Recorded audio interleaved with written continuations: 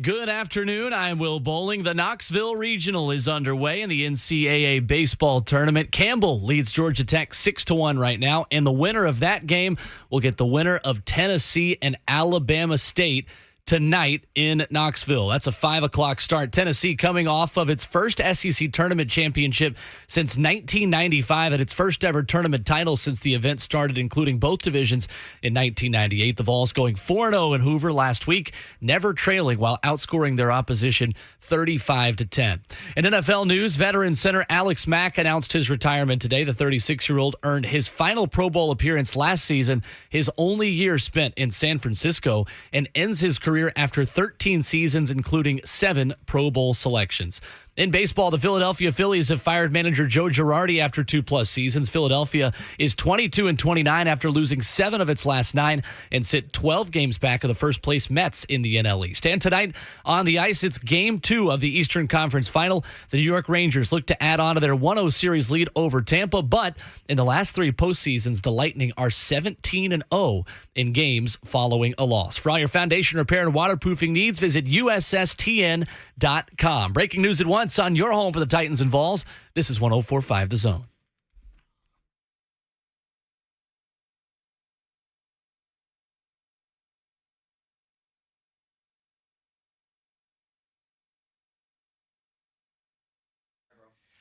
Oh, it's Friday. Friday. Oh, man. Hitman is back in his seat. Did you have a good day off? Yeah. Well, yeah. Whoa. If I was going to have a good day off, I would have took off today. It had a 3-day weekend. Yeah, I always try to plan it out that way. So, yeah, just kind of like how Bucks just played his day. It's around our show. Or not. Or not.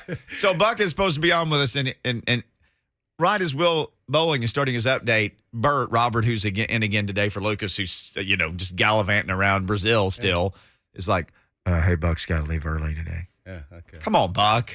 Yeah. Not here. Got to go a day early. Got to leave early. What are we doing here? I don't know. Man. I say we start getting into his personal time, and I get it, man. Let's start giving Bert his time.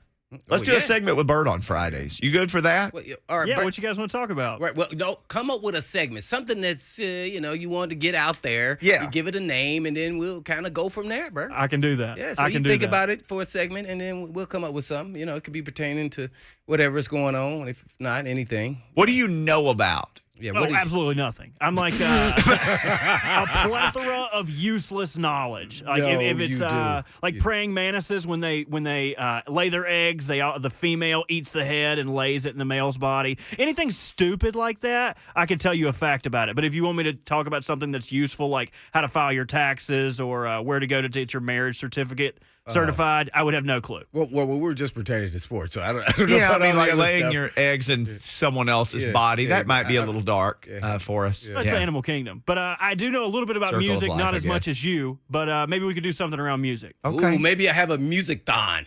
I like that. Yeah, competition. As long as it's not 24 hours. I'm not dancing or anything for you guys. His musical range, though, would be much younger than mine just because of our ages. So then that's how you make it We'd fair. meet in the You middle, ask yeah. him, ask you younger generation, and then ask him older generation. Oh, that I would thought be he had messy. a great point there on Buck's show earlier. He was talking about, which was an honest opinion, is like, you've only heard about these guys and seen highlights of some athletes that are older than you that you never even really saw them live, which is a difference than actually just reading their stat. So I thought that was great to have a real honest opinion about how good they were. I think you used Lawrence Taylor as example. Yeah, like I know Barry about Sanders. LT. You know their names, but I've never you seen never him play. saw him play live. You're seeing highlights, and highlights only going to do so much. We all know he was bad as you know what, but it's different than when you saw the guy yourself. So, unfortunately, watch this. I think our generation, unbeknown to Bert, was the best generation of players. and I'm not going to go by stats. I'm going to go by what I saw. You missed LT, though. He was out of the league by the time you got there. Oh, UNC no, I didn't. Royals, I saw too. him I live, though. I saw him Oh, yeah. growing up. Oh, gosh, yeah. yes. Oh, yeah. Yeah, for sure. He- I think people feared him. He was in a class by himself. Yeah.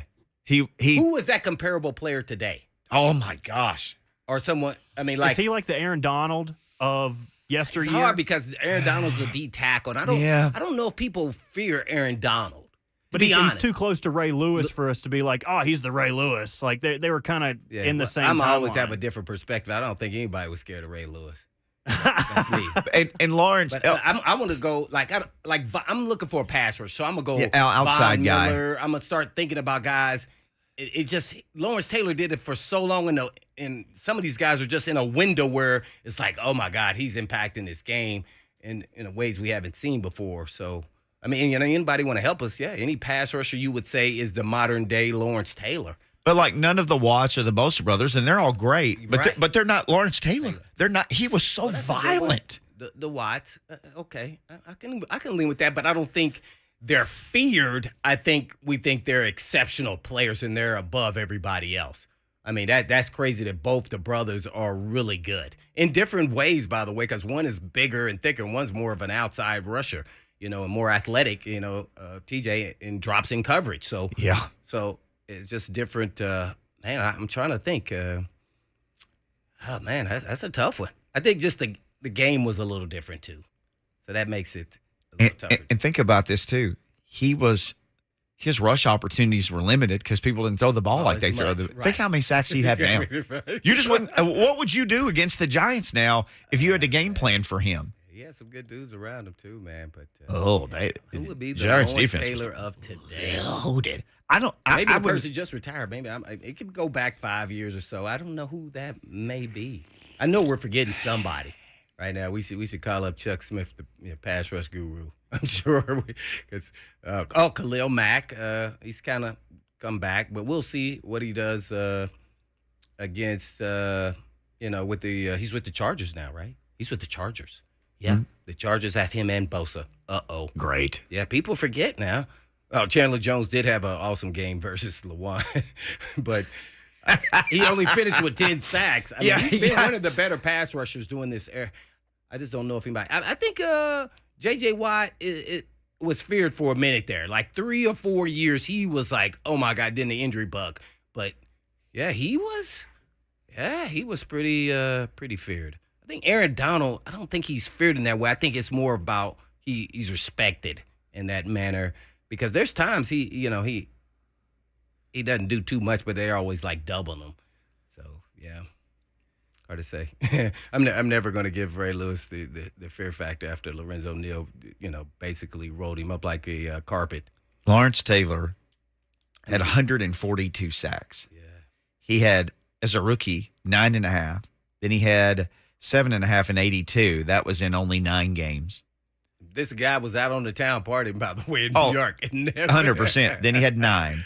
Then he went on a streak, 11.5, 13. Reggie White. 20.5. People feared Reggie White. Reggie White. That's a good one. Yeah. Uh-huh. I can't believe you Tennessee people didn't think of Reggie White. I just hit my head. He had a span from 84 to 90 where he was 11.5, 13, 20.5, 12, 15.5, 15, 10.5. Oh, what about, I don't know if people feared him, but he definitely was speaking of, because he said 20 sacks, and I thought of Michael Strahan, who came out my year. So, so he was pretty good. I think just the crazy factor with Lawrence Taylor, what's this guy going to do? But you hear all the stories that some coaches say he was supposed to drop in coverage and he just rushed. And they were just like, what are you? Oh, great job. Way to sack him again. Good job. I think of Lawrence Taylor. I think of the Joe Theismann hit and, breaking in horrific ankle injury. Basically, man, it was, and how he jumped up and he knew something had happened and was calling for, the I was trainers. watching that game. I was too, because was it a Monday night game? Prime time game. Yeah. Everybody saw it. So, I just, man, that's funny how we got to this. But, yeah, Reggie White, wow, he was, oh, man. And the thing we're talking is not respected, not I respect that guy, or not, boy, that guy's great or really good. Feared. Yeah. And LT was feared. Yeah, Reggie LT, White was feared. It's hard to get to that level. And some people may fear Aaron Donald. I don't know. Well, he would have to be feared, that guy. I get feared by his workouts. So, so I can't even say that. Now, to Bert's point, I think some people, especially the mystique of Ray Lewis, But during our times when we played him, even though I didn't play him head-to-head, our offense, I don't think anybody on our team feared Ray Lewis at all, to be honest. But was he an exceptional player? Absolutely. And I think people, to Bert's point, did fear him. I just say our team didn't. Okay, Aaron Donald, most accomplished defensive tackle of his era. Defensive player of the year 3 times? I think that's right. You could probably say player, too. He's won Defensive Player of the Year 3 times. He's a defensive tackle. Do you know what his measurements are? Like we always, people compare him to Big Jeff. I do. He's a little shorter, though, right? He's 6 feet, 285. He's 6'1", 280. It's what? No, he ain't 6'1". So he's neither 6'1", and maybe he's 280. Yeah. And my Lord, that guy. When he moves like a linebacker, that's what he beats people with quickness in his hands. You know, all these different moves that he does. You know, Jason Taylor, I played with him a few times. DeAndre says John Lynch was feared. Yeah, I think coming across the middle, I would say so. John Lynch, for sure. Brian Dawkins. Sean Taylor. I thought we were just who? Sean Taylor. Oh, is he feared? Good Lord. Sean Taylor, man. And I'm going to say this, and I respect the position, being that I played it. If he would have got to continue to play, I think he might have been the best safety. I think he would have eclipsed, in my mind, Ronnie Lott. And that is the top of the top in my mind. I think he had that kind of belief. I know the coaches who coached him, and they said this guy's God's gift, and then his instincts and his ability all wrapped in one was fascinating. And they said this guy was the real deal. And I trust this person because basically they coached me. They were my teammate. Yikes. Mm-hmm. And they coached me in the locker room. That is my man, Steve Jackson. Stevie J. He said he was outstanding. He said this guy, it was unbelievable, some of the stuff he was doing. People are listing all these safeties and things in the Zone TV chat. Yeah, we're talking about any position. Atwater, best thing fear coming across the middle. Ed Reed with his ball hawking skills. Yeah. I don't know about Troy Polamalu. I mean, Troy Polamalu. I know where that dude was all the time. I want to go with the guys up front, though. Yeah. I don't know if Vandenbosch is on that list there. I think maybe I don't think those red and contacts would scare anybody. Let's do this with Andy and Mount Juliet. Derek Thomas, that's a great one. Derek Thomas was feared. Great one. Mark Spain, Real Estate Hotline. Andy and Mount Juliet he's got an old school one. What you got, Andy? Yeah, it's old school, and just 2 quick questions. Jack Lambert. Oh, yeah, I remember watching. But then could Lawrence and a guy who's played in Jack Lambert's day, could they have been successful at doing that? And I'll hang up and listen. He was asking, I think, could those guys have been successful? I think he means today. Like Jack Lambert was only 215 pounds or something, Right. 220. Well, that's why a different hard game. to compare. Can't compare eras. them. You know, it's tough. It's tough for different eras. I mean, Jack Lambert and Jack Lamb, who were those steel curtain linebackers that most people remember. They had another guy, Andy Russell, who was a linebacker on the team, and then those guys kind of took the mantle from him. Those guys were like 215, 220. Yeah. You know, just different guys than in their linebackers era, today. though, I would say Jack Lambert was feared. Remember he having teeth? Days, yeah. He looked like a vampire. Yeah, People were terrified of that guy. And Rocky Blyer, they steel curtain. I got one guy that scared me. Who was on the steel curtain? Who anybody up there feared? James Mean Harrison. Joe Green. Mean Joe Green. Mean Joe Green. Mean Joe Green. That's true, too. A friend of mine's dad went to North Texas to play football and had to face Mean Joe Green in practice. He said, I practiced one day, and I went and turned my stuff in and said, I'm not cut out for this. He's from a different planet. He faced him one day in practice. Mean Joe Green may have been he's arguably, and we had asked Coach Mack about this because they coach with each other with the Cardinals. Mean Joe Green's probably one of the greatest athletes who ever played in the NFL. Oh, really? That guy could run and jump. And like Bobby Bell, who played for the Chiefs, 60s into the 70s. Well, I met him. Yeah, I remember him. Bobby I think he Bell. was one of the most underrated, most athletic players you've ever seen. But people, that's going way back. But yeah, some other guys here. Dick Butkus, I would say yes. People were terrified of him. Ray Nitschke of the Packers, a real good one, an offensive guy. I like this option here. It just went off there. I think it was Tyler B.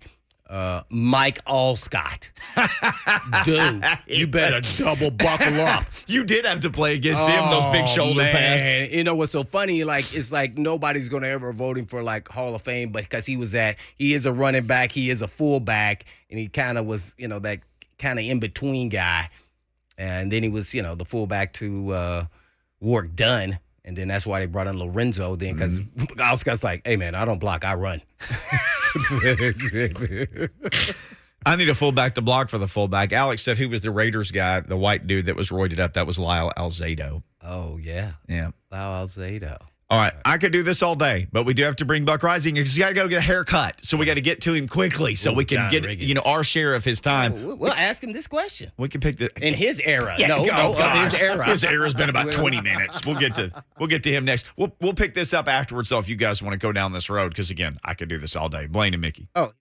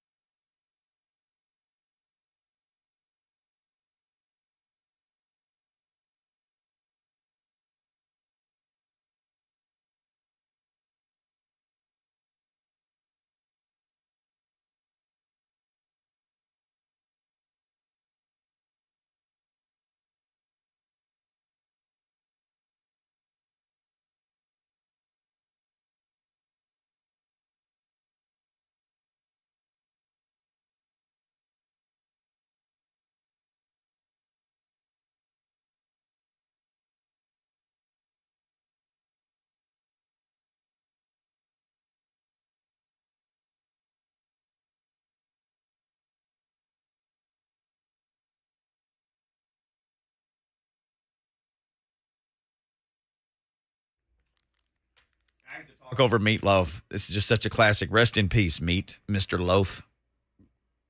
This is Meatloaf? Meatloaf. Oh, that is pretty good. That's good I stuff, haven't had man. that in a long time. It's like 3-4 songs in one. I guarantee you eat cold meatloaf. 100% I would. I'd make a sandwich out of it. It's better the second day. Way better the second day. But don't you have to put it in the microwave? No. You never heat your meat, Blaine. We talked about this. Also, you smell the meat before you eat. That way you don't get any bad ham or anything. I never smelled the meat. You have to smell before. the meat. My smeller's shot because of COVID now.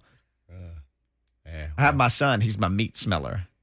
I'm like, hey, man, give this a whiff. Tell me if you You're think getting me real close to going down the gutter. I'm getting real close about sniffing Hey, some man, meat. Baby. I don't know about putting this ham in your lunchbox, son. You're going to have to smell this ham. I don't know. Buck Rising joins us now. Buck, do you eat cold meat? Yeah. What a question. That's what we started off with right here, man.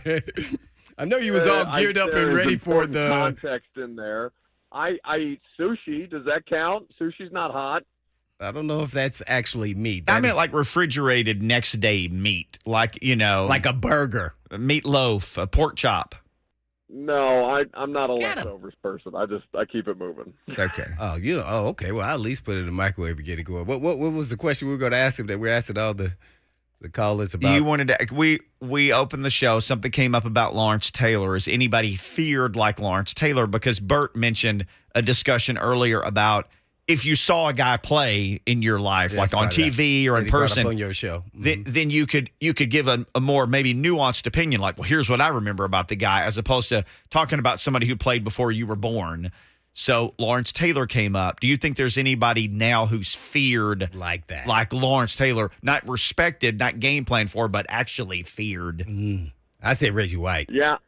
So I'll run it through my prism because Yeah, we just want you to get the time you've watched Taylor football. play. Yeah. Yeah.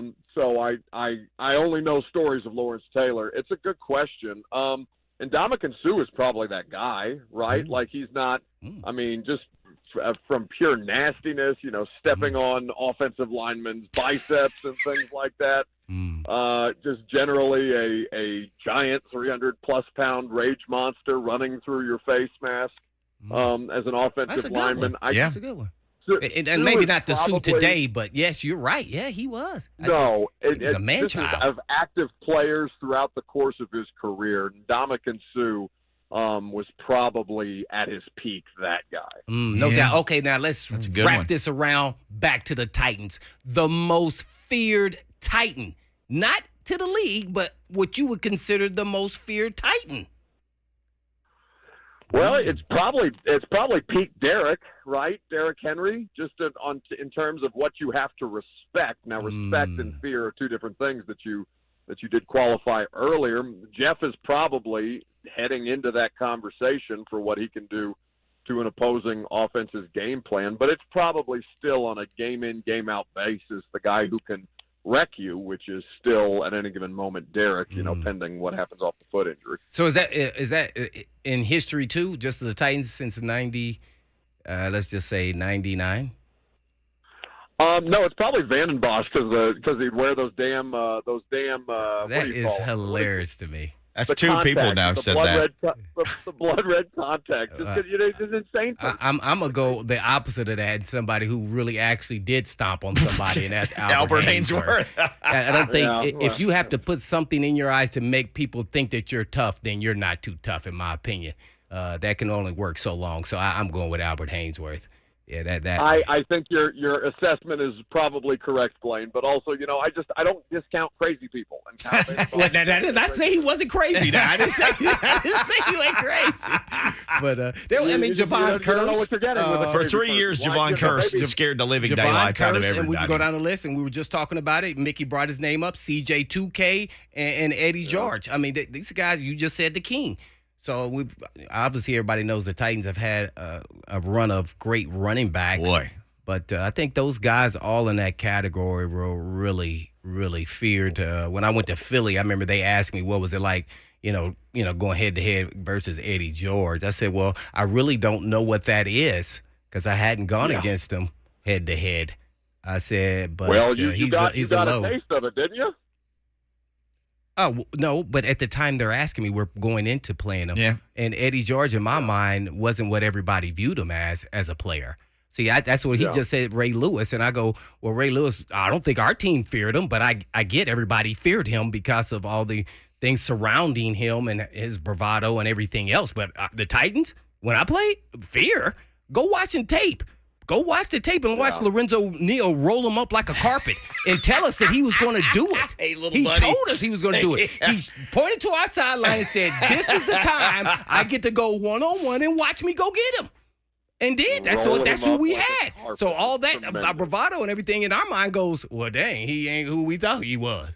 Yeah. He can eat all the grass he wants, can't he, Blaine? Yeah, so it's it's just kind of that way. So me going head to head against Eddie George, I would say it might have been a draw. It might have been a draw.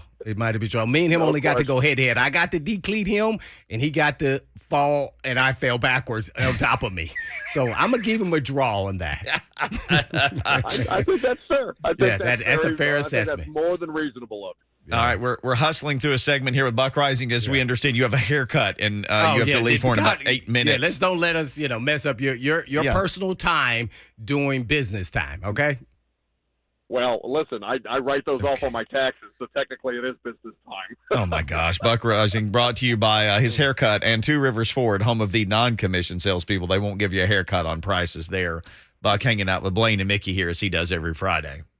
Okay, we have to go down the soapbox of Treylon Burks. Where are you at today on, his whole situation and his conditioning? I don't know if it's, him having asthma or whatever it may be. I was out there watching him. I don't know if you were out there or not. I don't think I saw you. But right now, is he progressing? Is he getting better? And I'm not just talking about the conditioning. Really, it's about being a receiver. At some point, I have to believe he will be in shape, and this won't be something that's talked about. Yeah, I think the mystery around it frustrates people, but, just in terms of where he is trending, it does look to be positive, right? He's going through the individual drills at a more smooth pace. He's clearly more comfortable with what he's being asked to do.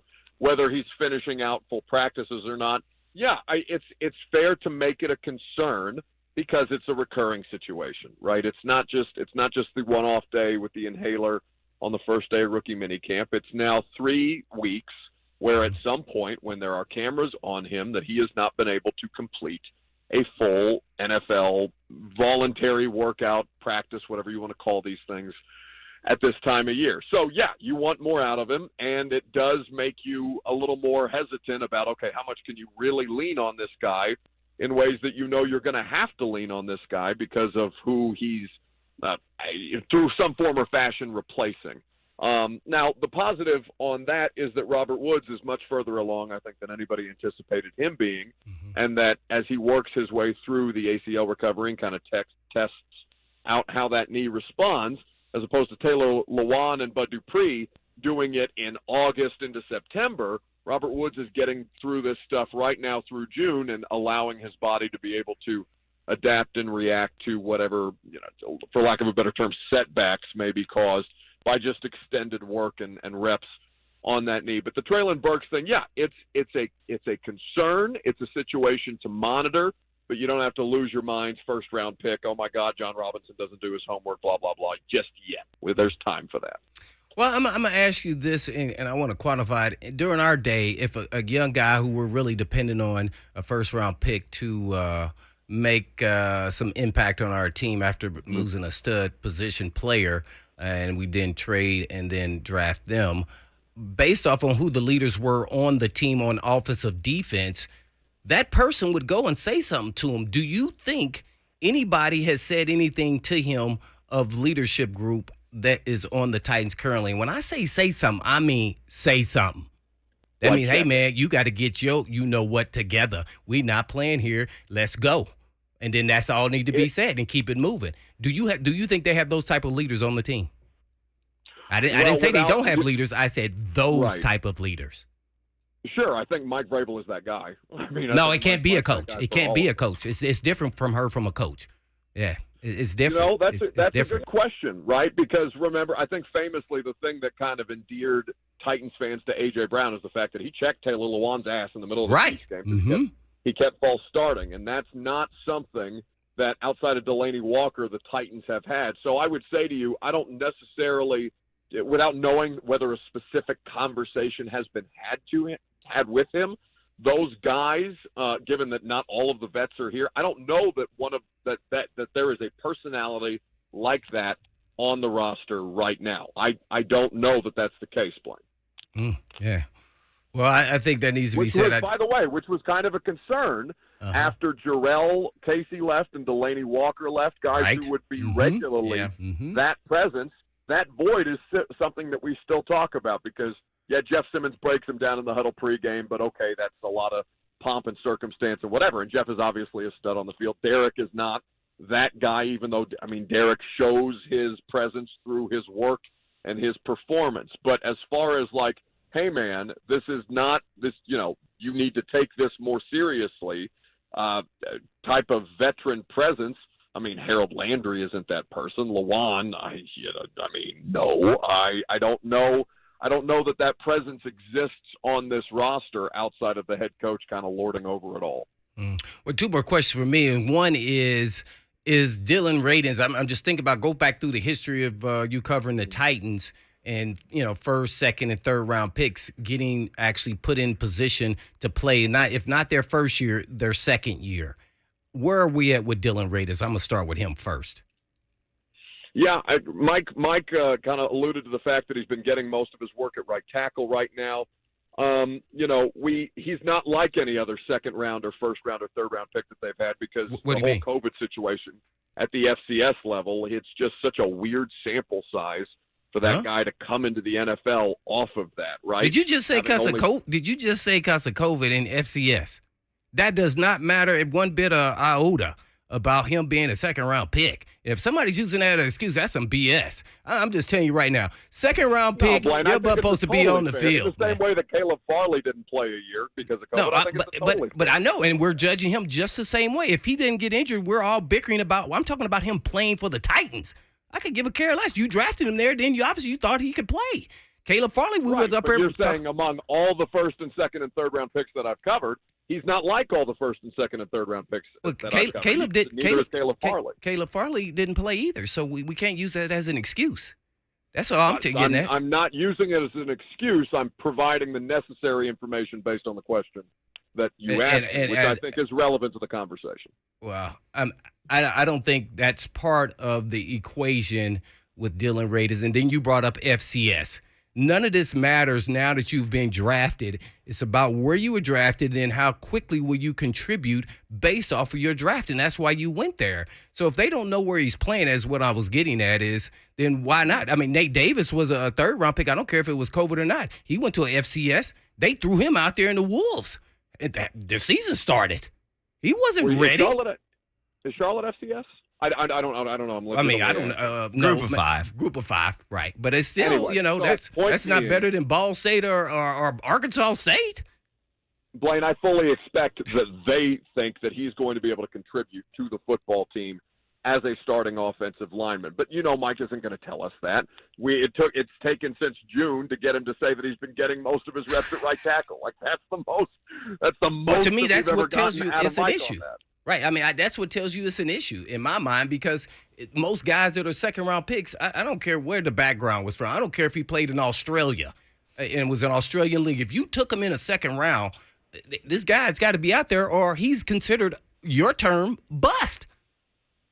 He's got to be out there. I think that the most telling thing was last year, right, where it takes Lawan being unable to play and who was the backup? Kendall Lamb getting COVID day of the Niners game for Dylan Radins to play meaningful snaps. I think that's what's telling is anything that we have discussed about the analysis around Dylan Radins and how much or how little he can actually contribute.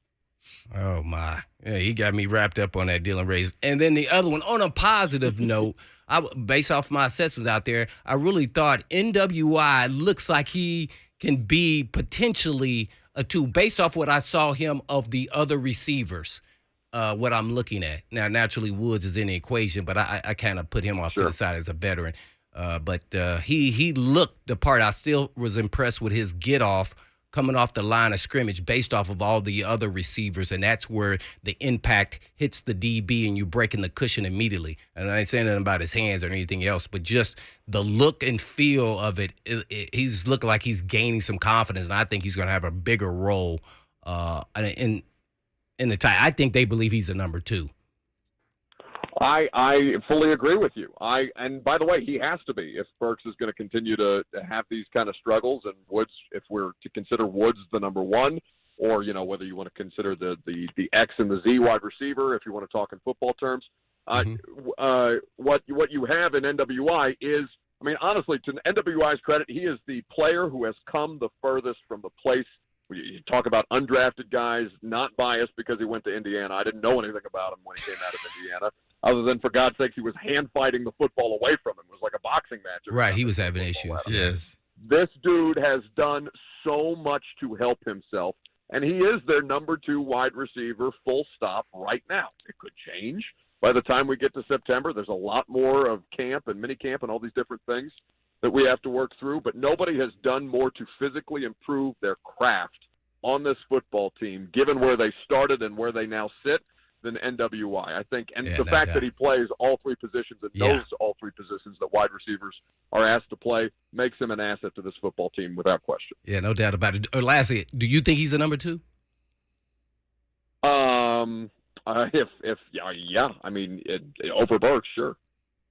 Oh, okay. On other teams, would you think he was the number 2?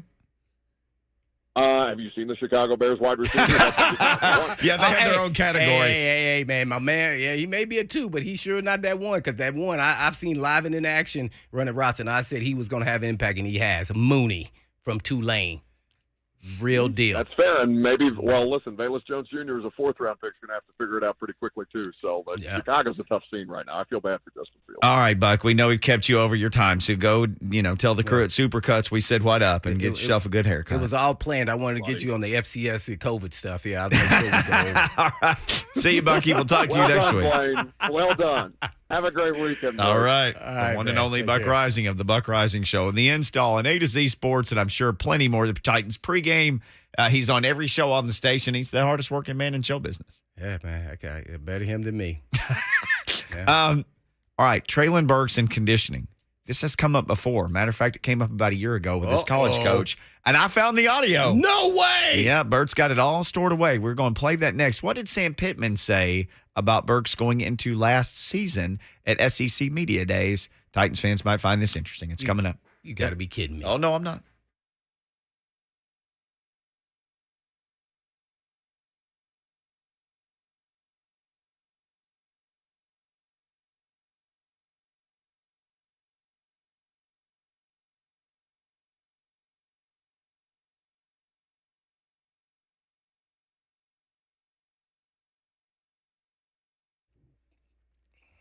Sometimes the past really does predict the future. There's a guy who started his business while living in a beat-up single-wide trailer for 7 years in order to save money for expansion. Starting vehicle repair in a single-car garage for his first 90 days in downtown Franklin. Then moving to his barn in front of his trailer, and then moving to Southeast Parkway on the south side of Franklin. And then moving to Columbia Avenue in downtown Franklin. And finally, to a full facility location on Royal Oaks, close to the interstate in Franklin. And now also in 100 Oaks, in Murfreesboro, and Belle Meade. The guy's name? Aaron Stokes, owner of Eurofix, fixing everything European that drives and offering quality repairs that beat the dealer without dealer pricing.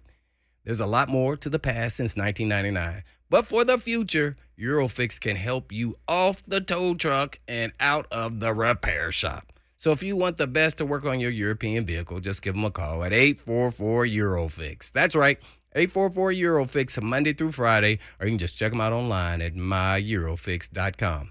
That's myEurofix.com. But always tell them Blaine said you.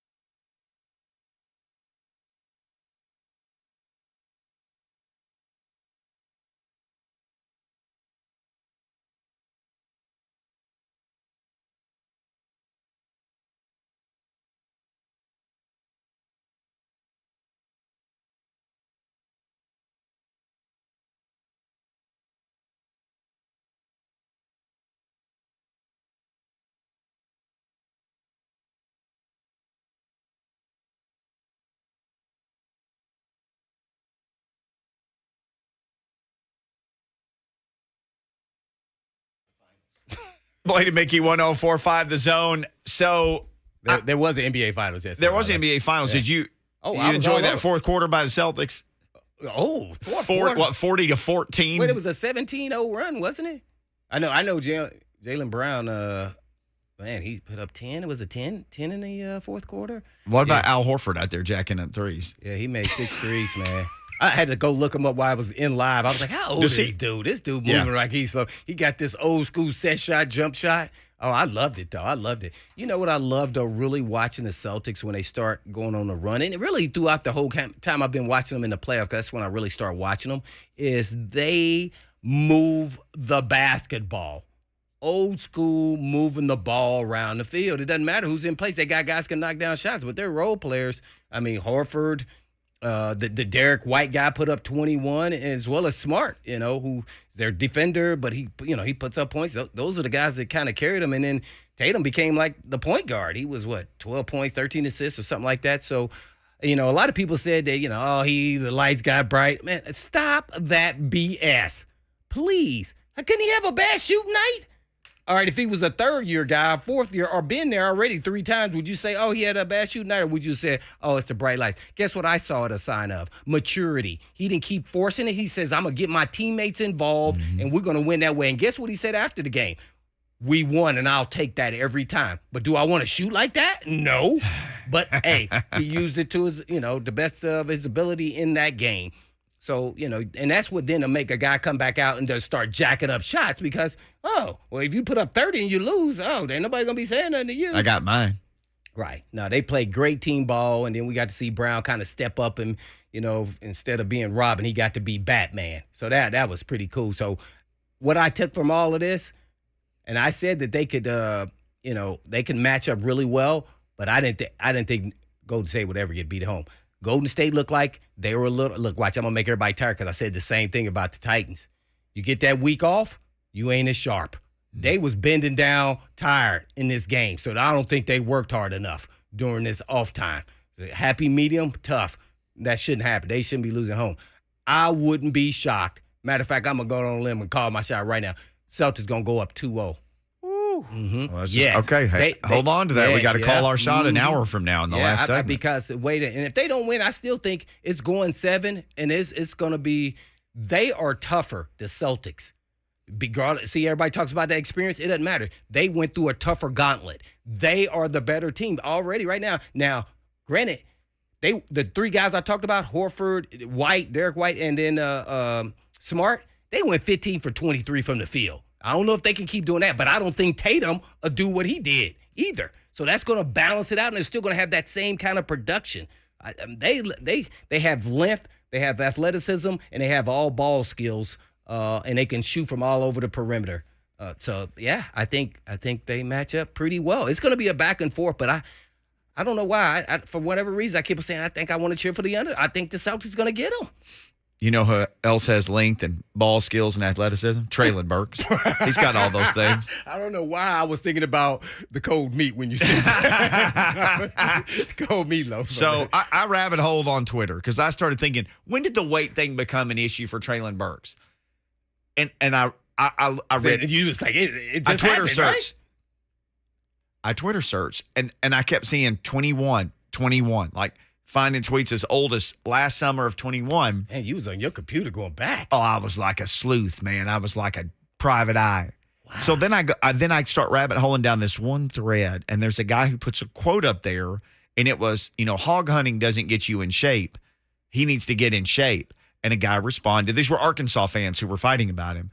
And the guy said, why would you say that about him? And the guy responded, said, I didn't say it. His coach did. Sam Pittman? So I thought, he said that at SEC Media Days. So then I went back and found his SEC Media Days speech. He got asked about Treylon Burks, and this is what Sam Pittman said. This was last July. Treylon Burks is what he needed to do to become a standout, an unbelievable player is get in better shape. And we talked to him about that. Just going out there hunting them hogs wasn't really getting him in the greatest shape in the world. So he had to do more than just that. he has done that. He's lost some weight. He looks good. He's more confident, things of that nature. He's got 5X hands. I mean, he's just a tremendous person, a South Arkansas, Warren, Arkansas kid. Play the beginning one more time and then stop it after he says what Treylon Burks need to do. Just play this. Treylon Burks is what he needed to do to become a standout, unbelievable player is get in better shape. Stop. Stop that. Uh-oh. Now I'm perturbed. Okay, your face is red. I'm lit. I'm lit right now because I was trying to give him the benefit of the doubt. His own coach, who loves him, and they baby him, don't want him to leave. Yeah, because they can't transfer to TB party. Yeah, you need to quit going out there hunting, and he need to get in better shape. That's last July. Two times, and that ain't the champion. That's 2 times he was a champ of being out of shape. Now I'm pissed. How do they not know this? This is occurrence now. I found it one night on Twitter, Blaine, and I'm not a scout. It's not my job to know. One night on Twitter, I found it. One night. They just looking at the film, and then they just going to a lot of the sometimes they don't even talk to the coach because they fear that the coach is going to be biased to their players. Mm-hmm. So I get that, but now I'm not happy now. This is the thing. He better have rockets in his you-know-what when he come back here come thing. Because I'm going to say, hey, man, I found out that you wasn't in shape last year. Yeah. So this is something you do? Well, guess what? Ain't something you're going to be doing here. I'm going to tell you that right now. And I went through, remember I always said, quit babying them. Let them talk. They finally let him talk. He's still, go tell my daddy. Go tell Coach Vrabel. Dude, you a grown man. You can say what you want to say. Come on. And this ain't quit all the coddling. He needs to take all that heat right now so he can get used to it. Yeah. No. Yeah. That's why I was asking about the leaders. He need to be taking heat from them. Somebody should be, hey, man, we got to get you in best shape. We need you. Dude, we not playing. Hey, and I'm just like what I'm talking about, I'm preaching it because I did it. Mm-hmm. Hey, we ain't trying to be best friends. I'm trying to get somewhere. If you don't want to get on this train, bye-bye. We can move on. That's why I was asking about the NWI. Guess what? You're going to see what it's like because this dude was a free agent. He better than you. Oh, he's what we were talking about. He's number 2. No, a free agent is better than you. That should be, as a competitor, a first-round pick, I don't care how many years this dude been in the league and what he's done, you should be like, that ain't happening. I'm going to bring it out of him. Then I'm going to find out if he got some dog in him. Then I'm going to find out if he's been working on his craft. Then I'm going to make sure he better be in shape. That's a whole bunch of, and he better be on top of his mental game. Better be right in the right spot, right time. You ain't going to get no balls. You're going to stand right next to me. Yeah. And we're going to be hunting together. Because when we hunt, we're going to be running. We going to be running. Yeah, that I did not like hearing that. My ears are red right now. I'm hot. Dude, they got the air on in here, man. Let's take a quick timeout.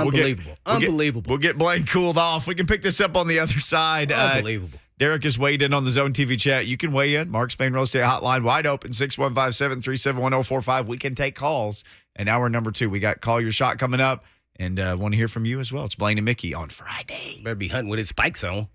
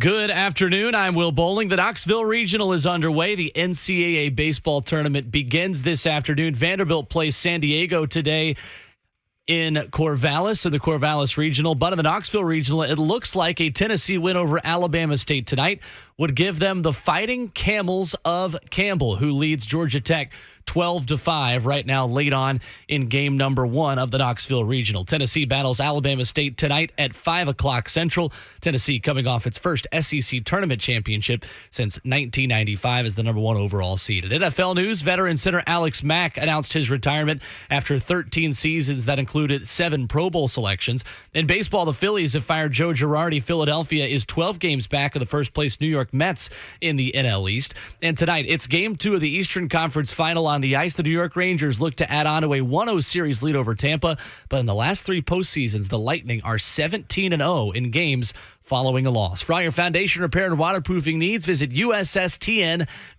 Breaking news at once on your home for the Titans and Vols. This is 104.5 The Zone.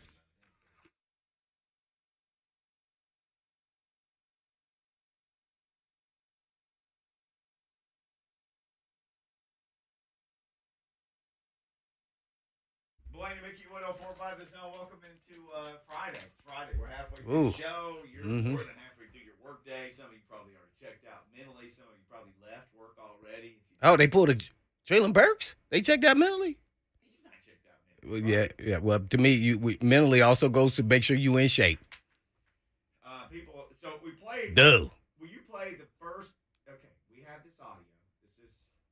I was detectiving last night. Boy, your FBI, I think you got a career at the FBI agency. I think we're off on the chat here, microphones, where people are saying they can't hear some stuff.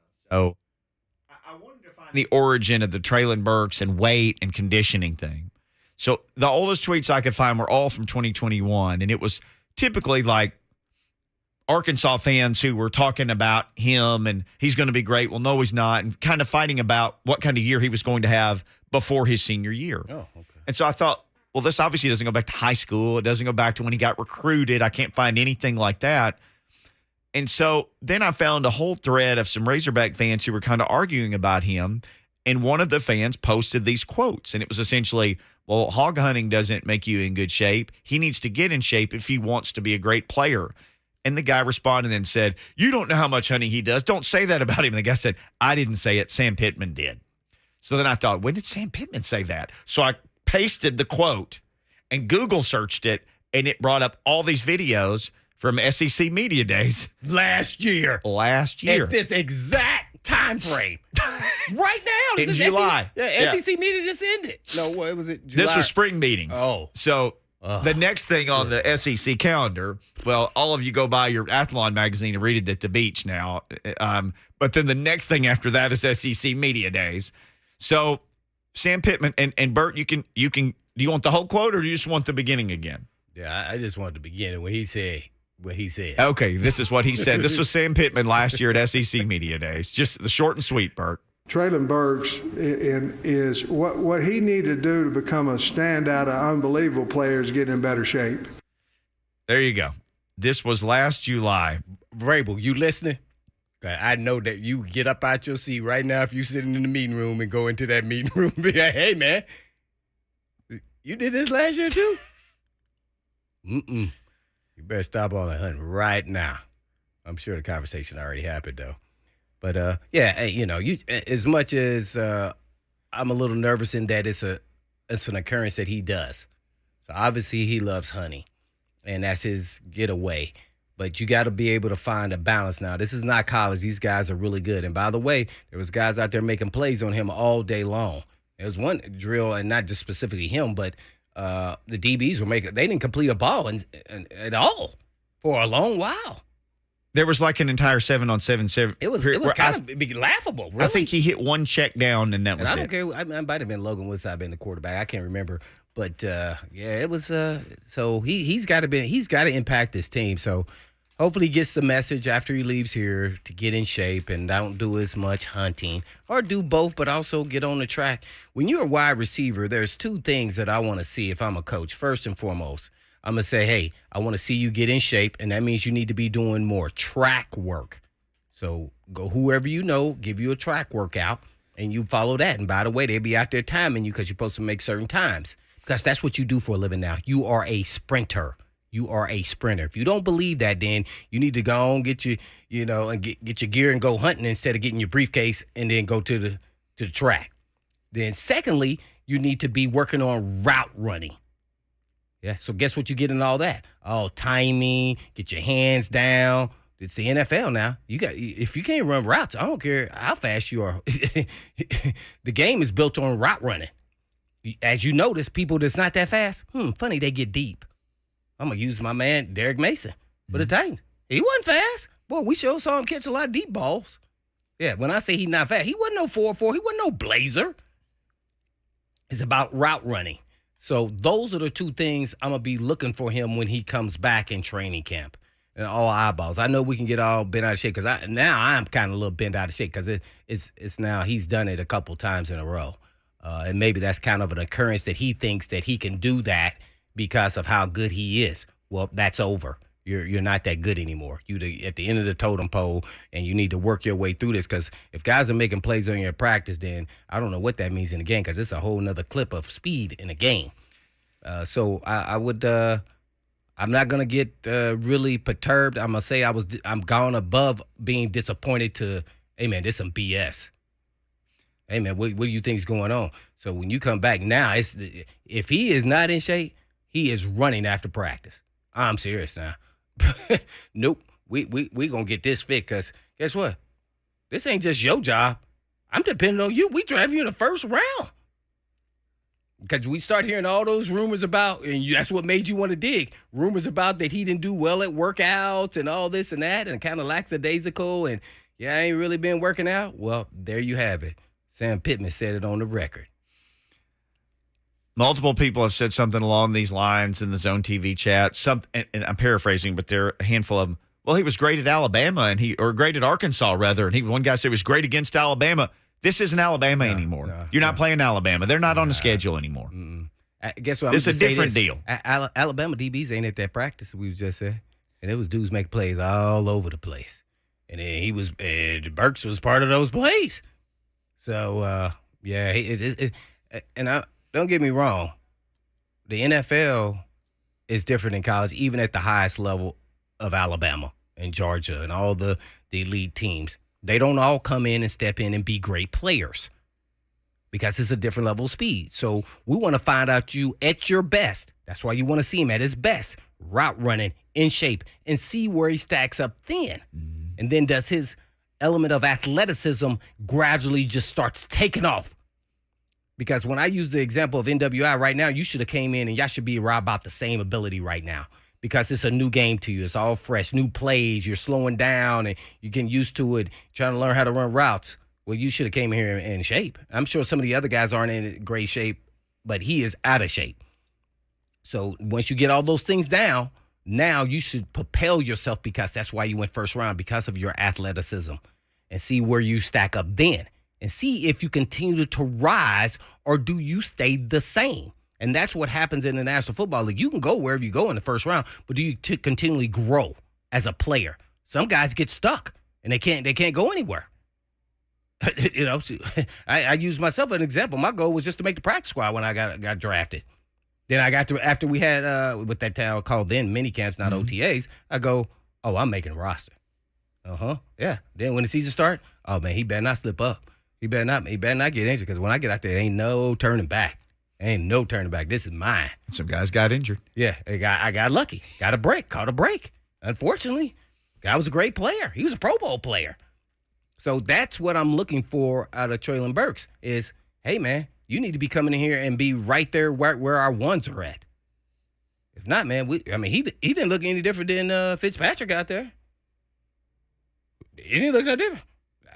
I didn't see nothing. Maybe a little tall, a little longer. Shoot, Fitzy looked better than he did last year. I can tell you that. So, hey, man.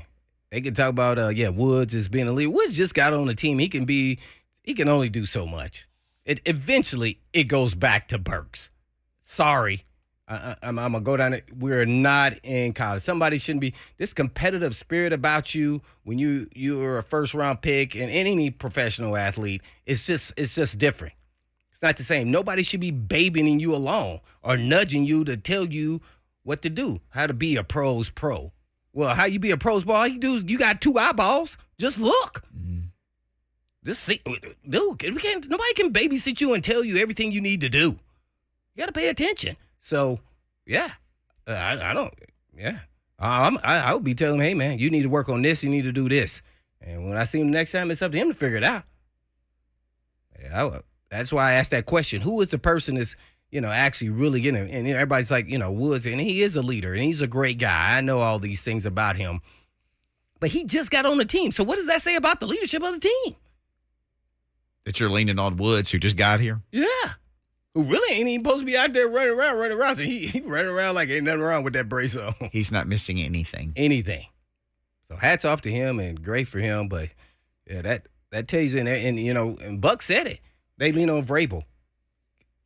This is not college. Your head coach can only do so much.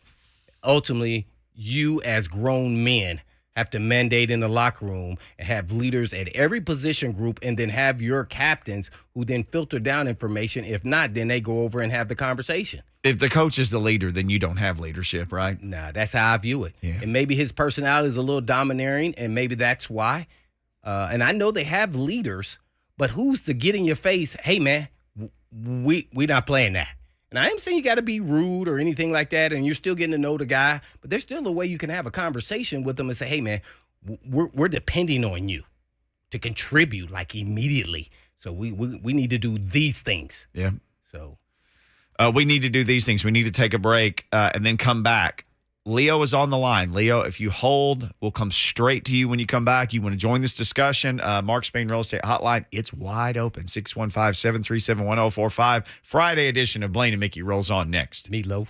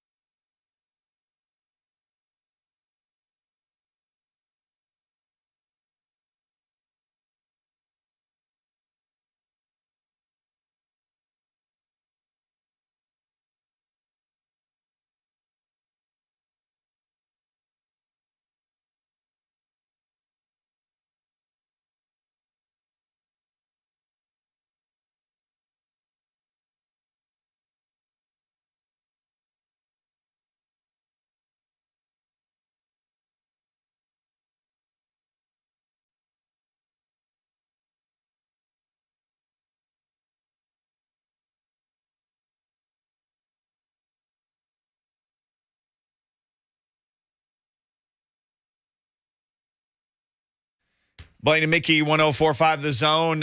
Talking some about Treylon Burks and some comments that Sam Pittman made back last July ahead of SEC Media Days. And he talked about Treylon, in order to be a great player, he needed to be in better shape. Many people weighing in about this and continue to reference, well, he torched Alabama, so I'm going to come back. Tyler says he's going to tell us, I told you so.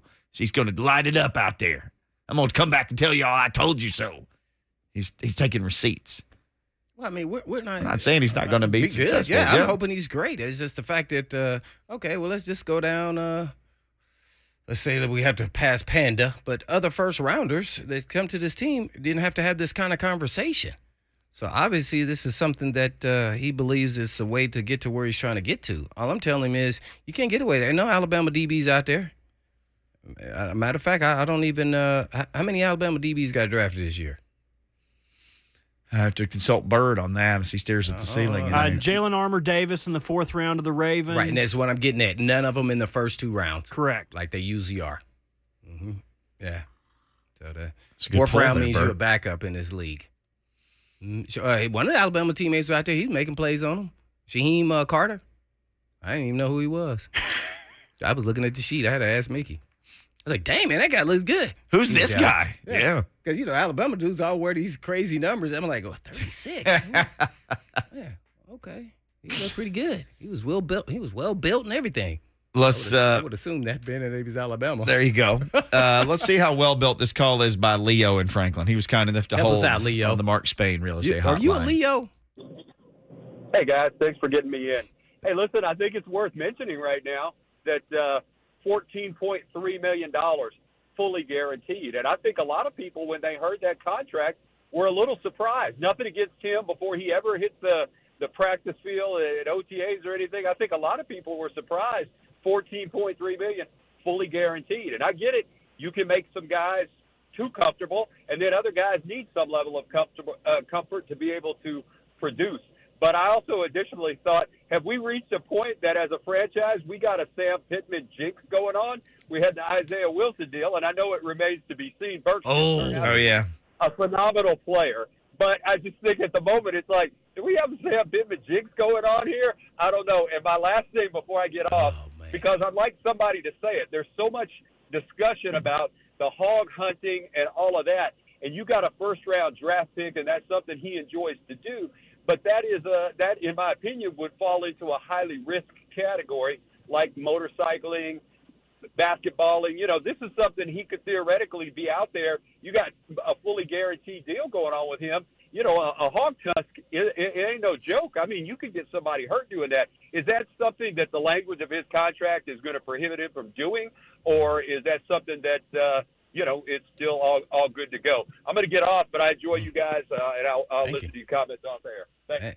That is a great point Leo brought up, because I remember when I met him, he was talking about, we were joking, that he, the hogs with his basically, I'm gonna exaggerate, with his pocket knife, No, he hunts with a knife. Like with a knife. I said pocket knife though, but it's just like, okay, well that's you're pretty courageous. He said, yeah, I've been doing that since I was pretty much 6. So that means he was watching it happen, and then he grew to start doing it. That's what I'm assuming. And then it's nothing to him but a regular occurrence like tying his shoe. Mm-hmm. Right. So I don't know if that's in his contract, his stipulations. I remember they started to put stipulations in there about motorcycles. I don't know if they can do anything with hunting. So that's that it could be gun, knives related.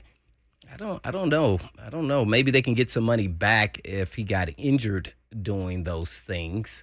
I'm pretty sure of that. But hey, he went 18th pick, right? Yeah, 18th pick. So yeah, it's a fully guaranteed contract, and then they can pick up the options, I'm assuming, with the 5th year if he's doing well. Yeah. Or they give him a new deal. Dang. Yeah. Well, I just want him to. This is what I'm getting at. Really, is this is no longer. I always say this: fun in the sun. And fun in the sun is like, hey, I do this for fun. I lift weights. I do what's required of me, and I'm still really good. You now no longer can act as though you only do what is required of you, because everybody is as good as or better. So you want to do more than what's required. You're going to have to adjust and change your habits. And maybe that's some of the things that he's learning as we're talking about it right here. I don't think he's a malicious guy. I think he's a good guy. And he's learning through the process of what it's like to be a first-round pick. And he's kind of continuing his habits that he's done in the past. Mm-hmm. Well, all I'm saying is somebody needs to say something to him that you can no longer do that now. That's over. And sometimes you shouldn't have to say that. They should already know. Should have been passed down somewhere along the way. So whether it was this coaching staff when they drafted him and be like, hey, man, it's time to go to work. Hey, that's all needs to be said. Or should have been passed down from his agent or whoever else is part of his circle. That it's going to be a little bit different. So that's really what I'm talking about. That's not talking about if he's going to be successful and if he's going to be really good when the season starts and all those things. We're just talking about at this point in time. Obviously, we all believe he can be really good and hopefully great sooner than later. And so that's what we're trying to do is speed up that kind of process. So come kickoff on week 1, he's ready to rock and roll versus the Giants, and we're all cheering him on after he's put up 102 touchdowns. So that's what I'm getting at. So I don't know. Sometimes when you have these kind of relaxed habits like that, that kind of never leaves you because you've been doing it for a long time. So what happens if week 1 comes, he's not in shape, he's not in game shape? How does that affect the offense? Because he's still going to play. He's a first-round pick. Right. How does that affect the offense? I think Robert Woods, they're going to lean on Robert Woods and NWI more. And they're already going to do 2 tight end sets, so he may play less. So maybe his reps, we don't notice it because maybe he's not getting all the reps. He's getting half of the reps of the other receivers. You know, so he's kind of playing the role of the third receiver. He played a lot in the slot in college, too. So he moved him all around the place. Yeah. If you watch him, he was super talented. No doubt he deserved to go high in the draft. I think we all liked him. I didn't think he would be there, but they actually moved up from 26 to 18. So I was thoroughly impressed. What I did say, though, is that they limited him in his route tree, which a lot of kids are at this point in time with the types of offenses that they run. But you could see his talent for a tall kid with his kind of thickness that they use him in multiple ways, from running back to reverses to throwing the ball, as you saw, to him just running by, to everybody's point, of the Alabama DBs. I mean, it was like he had another gear. I mean, like when the ball got in the air, it was like, whoa, he had some deep end giddy up. I mean, it's on a whole nother level. So all those things, he has those traits. So that's saying he can be great. Now, how do you now turn that into something special? Because now there's no school, there's no class. Are you going to spend time hunting, watching TV, or are you going to be using it to get better? People keep saying, I don't care how he does in practice. You guys are focused. It's not. It has nothing to do with practice. It has nothing to do with practice, guys. This is about a creature of habits, and this is telling you a little bit inside of who he actually is. I'm not saying he's not going to be in shape come training camp, but this is telling you a little bit about who he is. It is what it is. And I'm not mad. All I know is he better come back in shape, and then there'll be no issue. Won't be talking about it. But as of today, I just don't recall us ever talking about somebody not in shape that was a first-round pick. Do you recall? Under the Vrabel, we can say Isaiah Wilson, but we can't say he wasn't in shape. I mean, he might have been not in shape. I mean, I'm talking about when training camp started. And Panda had the whole thing of, it was during COVID, so we never even got to see him. Right. We never really saw much of him. I mean, we never saw anything of him, really. Who was the pick last year? Caleb Farley. Oh, I don't think they ever talked about him being in shape. Not in shape. Mm-hmm. Rashawn Evans. Nope, I mean, we can start going, no. I mean, we can, start combing back through Adoree Jackson. Right, nope. None of these issues came up with them. That's all I'm trying to say. So this is something that he's had a habit. When Pittman says it, then you say, okay, well, this is kind of what he does. So does he come back in training camp and is in shape like he was at Arkansas? I'm sure he came back in better shape. He takes a break. Maybe that helps him out a lot. Well, if you want to be great in what they think he can be, and they need him to be that, you bet he'll be in shape. But, hey, as of right now, we're talking about as of right now, this doesn't look good. You can't just no different than when I said last year, Tannehill was throwing interceptions, and I said everybody was shucking it off to the side, and I said, no, he didn't do that last year. Yeah. So, and then what happened? He went out there and threw interceptions during the season. The exact same thing. This is going to terrify some people. Tyler in the Zone TV chat, and we're responding again to some of this. Womack. Wasn't Warmack talked about being out of shape? I can't remember. Yeah, I think he was. We saw how that ended. Yeah, well, he never lived up to the 10 pick of the draft. He took insurance out against himself.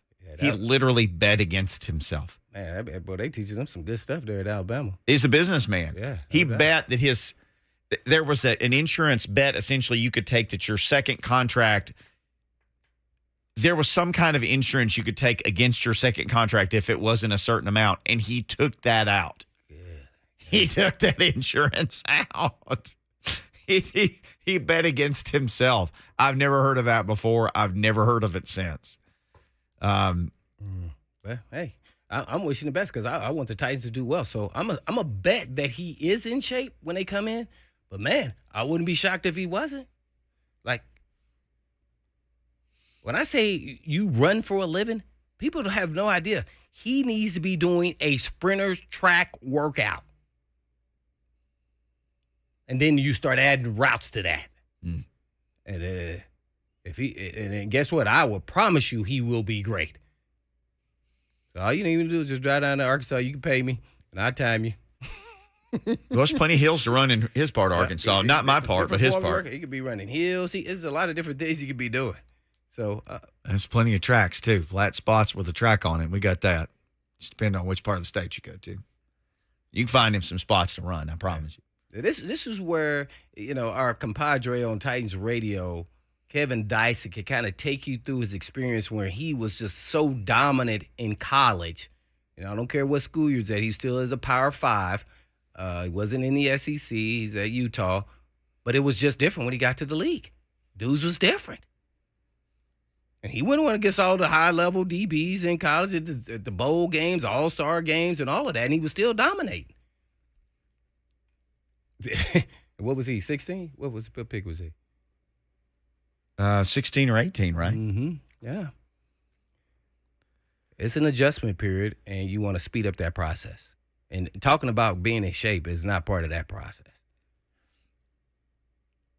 That's a want-to thing. And people are in the Zone TV chat. Tyler said, I just hate that he's getting all this heat. Nope. He need to get all this heat. Stop that, right? Yeah, he need to get all this heat. Stop that. We got to quit babying people, man. Look, he was the 18th pick. There's pressure that comes with it. I think he can handle all the pressure. I don't think he's the type of personality. In the one meeting that I had in conversation with him for 20 minutes, I don't think this guy succumbs to any pressure. I think he relishes it. So with all those kind of traits, I'm thinking this is just a bleep in the radar. Okay, all right, we'll see. He's one of those calm demeanor, I'm gonna show you and not talk about it type guys. So I would put my money on him. And not only that he'll be in shape, that he impacts this offense. So we can't forget, they still only, he's only 22? Somewhere thereabout. Mm-hmm. So we asking a lot of them, to get in shape. But, Kevin Byard like 30. So 22 and 30, 8-year difference. You better look at Byard, man. You old, man. He is 22, just turned 22 in March, talking about Treylon Burks. Young whippersnapper, man. Woo-wee. But when you take AJ out of the equation and when you say, okay, Robert Woods looks fine right now, but he's still coming off of an ACL, and the slot receiver's probably a guy that you just drafted in the same class as him, but a few rounds later, and as you and I have talked about a bunch, they lost 66% of their targets from last year. Those guys are all gone. A bunch of those were A.J. Brown's targets, but still, other guys got targets too that are gone. So if it was me, I'm looking at Burks outside, NWI outside, Woods in the inside. That's how I would look at it. That's just with their skill sets. Woods is a great route runner, and those guys are long and athletic on the outside. Kind of how I view it. And then, I guess you're talking about Phillips and Kinsey and all those guys, kind of the shorter guys or more, role players like that after those guys. I think those are going to be the top 3, and that's who's going to be on the field. With the tight ends, if they're not in 2 tight end set. Those are top 3 receivers. There's no way around it. One of those is a guy didn't get drafted. Journeyman, NWI. Now, granted, he's made his way, had 400-something yards last year, caught him some touch. But still, I mean, this is a 100% real thing that we're saying. It's Robert Woods on a leg and a half until the other leg comes back all the way. Treylon Burks, who they're saying needs to get himself in shape, and then NWI. Right. Yeah. So and then you start getting. Go down that list. NWI is the most dependable guy through that. Only because Woods' knee, Burks' shape, young, rookie. You got to make sure you got to be where you're supposed to be, learn the plays. And NWI knows all three positions and knows where to be and has proven that he continues to grow and get better each and every week. So right now, he is your best option. And if I'm on the DB side of that and I'm playing them, we're going to have a field day. Nothing against NWI, but I mean, hey, man, he's supposed to be a 3. That's why I keep asking people, is he a 2? I'm not sure if he is. I think that he is a 2 right now. I'm not sure he is. Yeah. I got to see more. But what I can say, he's improved each and every time I've seen him, every year. Every year. No doubt about it. What about the guys after them? Dez, Racy McMath, Mason Kinsey, Josh Malone, other people, Reggie Robertson, any of that turn up the heat for you? That's why I told you it was a receiver for me. Everybody keeps saying, I'm going to receiver, man. I don't care if it's Kyle Phillips, another rookie. Yeah, they still got a little bit to grow. As much as I like the way he runs around, hey, I thought Kinsey looked good out there to me. Mason Kinsey, man, he looked all right to me. They need to go sign an old guy, don't they? They need to get your guy 35. I just don't understand. Just imagine if my man Woods has a little hiccup. Oh no. Knee swells up. It's going to happen. I know. It says nowhere around it. Everybody's come back from ACL. The knee's going to swell up, and it's going to be difficult to practice. He may be playing in games, but it's going to be difficult. It's just the way it is after that injury. Some better than most. I saw Kevin Carter ride out the whole season, and it didn't bother him. He would just sit there treating. He knew how to manage through it the entire season, and he would still miss no practice. But he on that training table every single day. Because he had an ACL, and I'm sure that was throughout his career. He didn't just have it. This was 2 or 3 years later. Who's your guy that you like? Emmanuel Sanders? Is that? Oh, yeah. I like him. I don't know if he's doing TV right now. He may need to get on the track. He's 35. But, hey, if you go look at the history, he understands how to play the position. I would love to say, hey, man, you want to bring the workout? Where's he at? And everybody keeps saying Fuller because of his speed. But guess what? I feel like a guy who's always having pools, and if you're getting him on a minimum salary, even at that cost, if he's not dressing and then is dressing, and then that's just not probably going to be a good fit for me. When you're talking about speed guys, they're bound to pool. It is. So I don't think he'd be happy. Remember, he was the one that was wasn't he the one? No, that was a guy at where was Fuller last year? Carolina, Miami. Oh, he's with the Dolphins. Yep. Oh. 4 weeks in, he had something happened with his finger, and then it had another shutdown, and he was shut down for the rest of the year. So if a finger is knocking you out, I don't know if you're going to be able to come and play in this offense that's going to ask you to block. Well, I mean, I've always, I give him a minimum salary knowing that, hey, man, this may not work out. Just pad it up with a bunch of incentives. Like, hey, man, you play more, you pay more. Right. Yeah, you got to go approach that guy because it's obvious he's got something. He's got something that a lot of people don't have, speed. So if you ain't on the field, then you ain't got nothing. So, I might take some of this Julio money and go find me a veteran. I would. Hey, man, come on in. Come on down. You're the next contestant on the Price is Right. We got one more segment Cody coming up. Hollister looked good out there. I tell you one thing, physique-wise, physically he looks the part. I give him A+ number 1 uno. He's the best looking receiver on the Titans. It looks, hey, man, you'll hear some coaches in college, hey, man, we look good coming off the bus. I don't care about that. Is he good when he play? So he looks good getting off the I'm bus. a Hollister fan, by the way. I've always liked him. I think he's a depth piece. Mm-hmm. He's got nice size. He knows where to be, good hands. He's just nothing special about him. But he's a good, solid player. He's your 5th guy. I like it. Derek says he knows the playbook. He said, go find Julio. No, that ship is sailed. No, I didn't want Julio anyway, but yeah. We need to sail our ship ship, I said, with a P, into the Who? final segment, Oh, you and wanted to it's go time to for get a- Call Our Shot. Oh, you wanted to we go may get a have sip. Go get a yes, sip. like Cyprian, Jonathan Cyprian. No, we're going to Oh, yeah, I remember him. sail this boat into the final segment. When we come back, we'll call our shot courtesy of our friends at Chattanooga Whiskey. You got a shot you want to call Mark Spain Real Estate Hotline 615-737-1045 or Zone TV Chat or at Blaine and Mickey on Twitter.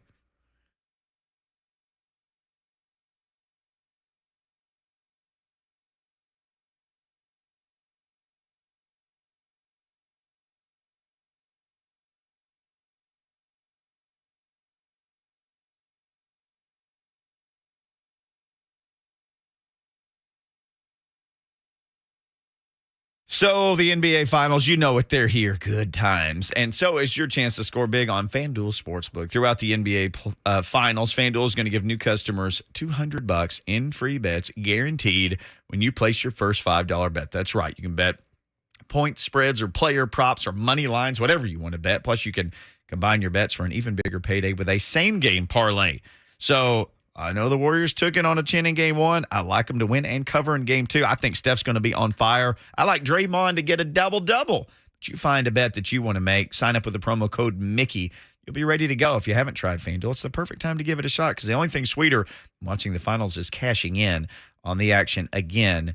Join now with the promo code Mickey. Turn a $5 bet into $200 in free bets. Win or lose. Make every game feel like Game 7 with FanDuel Sportsbook. FanDuel, an official partner of the NBA. You do have to be 21 or older, present in Tennessee. First online real money wager, only $10 first deposit required. Bonus issued is non-withdrawable free bets that expire 14 days after receipt. Restrictions apply. See full terms at sportsbook.fanduel.com. Gambling problem? Call Tennessee Redline at 1-800-889-9789.